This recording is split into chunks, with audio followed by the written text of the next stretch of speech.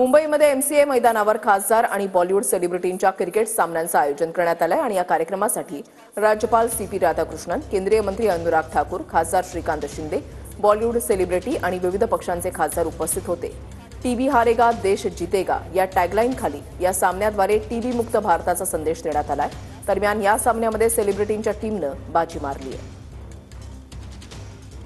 श्रीकांत शिंदे स्वतः इथे उभे आहेत, ते पण चांगला आतापर्यंत खेळले आहेत। काय प्रतिक्रिया? टीबी मुक्त भारतसाठी एक सोशल कॉज, सामाजिक कॉजसाठी एकत्र खेळतायत, चांगली गोष्ट आहे। याच्यामधून जनजागृती होईल, अवेअरनेस येईल आणि एक लोक चळवळ निर्माण होईल आणि म्हणून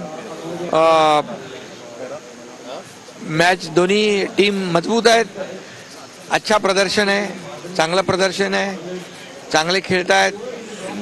नेता टीमने 250 रन बनवलेत आणि यांनी पण 150 पेक्षा जास्त रन बनवलेत। दोघांना अभिनंदन, दोघांना शुभेच्छा आणि या माध्यमातून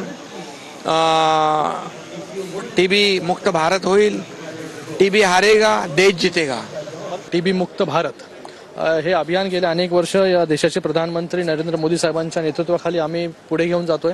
आज मुंबईमध्ये जनजागृती करण्यासाठी आलोय। टीबीचा दर कमीत कमी पसरतोय, तो कमीत कमी लोकांमध्ये झाला पाहिजे। त्यासाठी जनजागृती या मॅचच्या माध्यमाने, इथे कोण जिंकणार कोण हरणार याच्यापेक्षा टीबी हारला पाहिजे, याच्यासाठी आम्ही सगळे लोक एकत्र आलोय। देखिए, मैं एक बात कहूंगा सुनील शेट्टी जी की, इन्होंने बाकी अभिनेताओं को तो यहाँ बुलाया है, पूरी इंडस्ट्री में बात करके टीबी मुक्त भारत करने के लिए जो हमारे कलाकारों ने संदेश दिया है, अभिनेताओं ने संदेश दिया है, वो बड़ी बात है कि सोशल कॉज के लिए भारतीय फिल्म इंडस्ट्री सदा आगे बढ़कर आती है। इसके लिए मैं फिल्म इंडस्ट्री का बहुत आभार प्रकट करता हूँ।